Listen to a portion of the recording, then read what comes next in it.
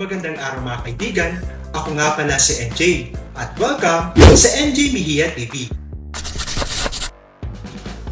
Dito sa ating channel, pag-uusapan natin ang mga paksang may kinalaman sa kultura, buhay, at politikang pang-Pilipino.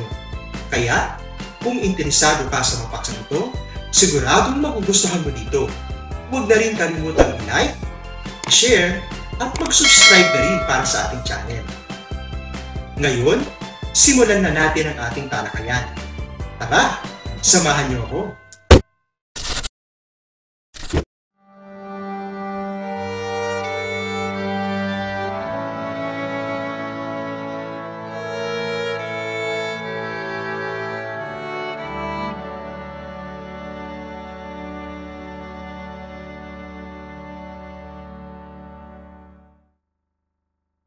Ang ika-59 na kabanata ng Noli Me Tangere, Pagkamakabayan at Pansariling Lihim.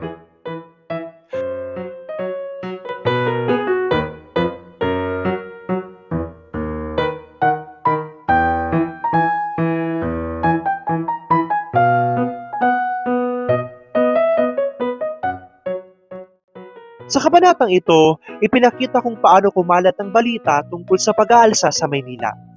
Maingat itong itinanghal sa mga pahayagan, makalipas ang 36 na oras, subalit pinalabukan at iniwasto ng sensor ang mga detalye. Samantalang pribadong pag-usap-usapan sa mga kumbento ng iba't ibang praile ang nagpalaganap ng takot at pangamba sa bayan. Madali namang naniwala ang mga tao sa maraming bersyon ng balita. Dahil ayon sa kanilang damdamin at paniniwala, iba-iba ang pagkakalarawan ng pangyayari.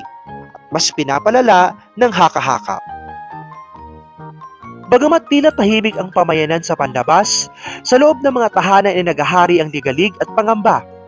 Ang sitwasyon ay inilarawan na parang payapang tubig na palaisdaan, ngunit sa ilalim nito ay patuloy ang gulo at paghahabulan.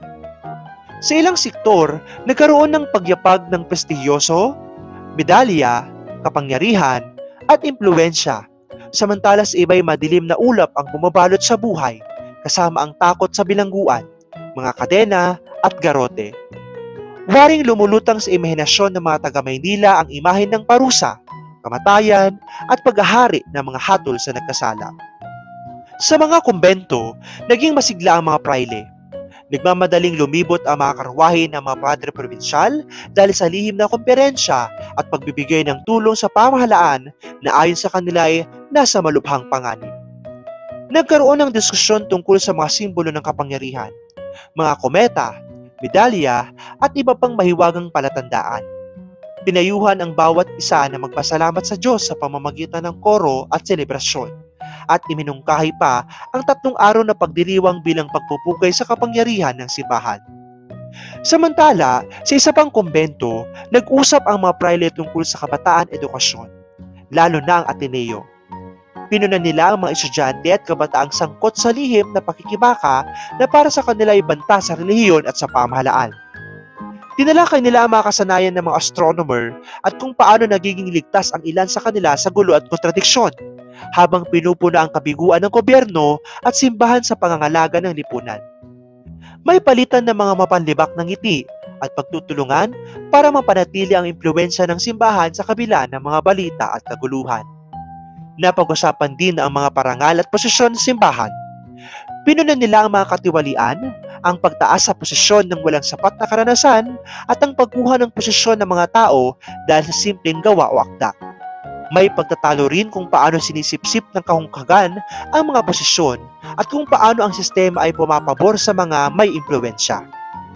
Sa kabuuan, ipinapakita ng kabanata ang dalawang mukha ng lipunan.